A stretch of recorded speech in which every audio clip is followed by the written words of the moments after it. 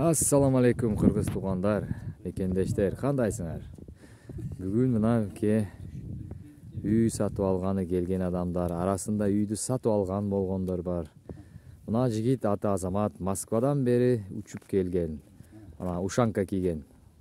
Мына жигит менин досум болот, Новосибирскиден. Аты Нурлан. Мына иним карвандан келди. Атын ким эле укам?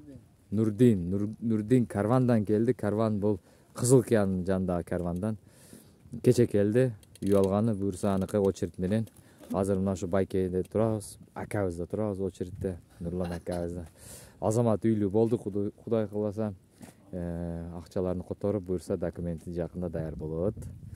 Жетип келди. Достор, сиздерге дагы мен сонун үй таап бергенге аракет кылам буюрса.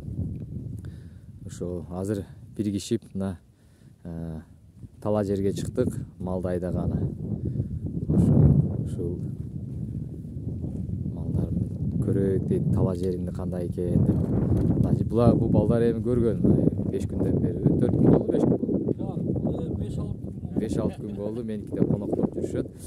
Бул досум, бул иним деп айтсам болот. Кызыл Кыянын карван деген жерден келиптир. Кече такси менен келиптир Кыргызстандан. Молодец. Буюрса 3-чү болуп очередте турат.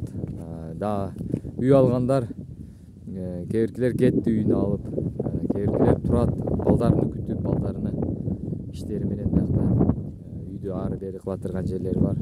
Аны ким үйдү алды, ошолорду баарын чыгарам, албетте. Үйлөрүн кандай алды, кандай үйлөрдү алды, канча сомго алды буюрса баарын чыгарам. Саламатта болуңуздар. Кимге жаккан болсо ушул балдарга бир лайктан басып таштагыла. Таратып жибергиле группаларга.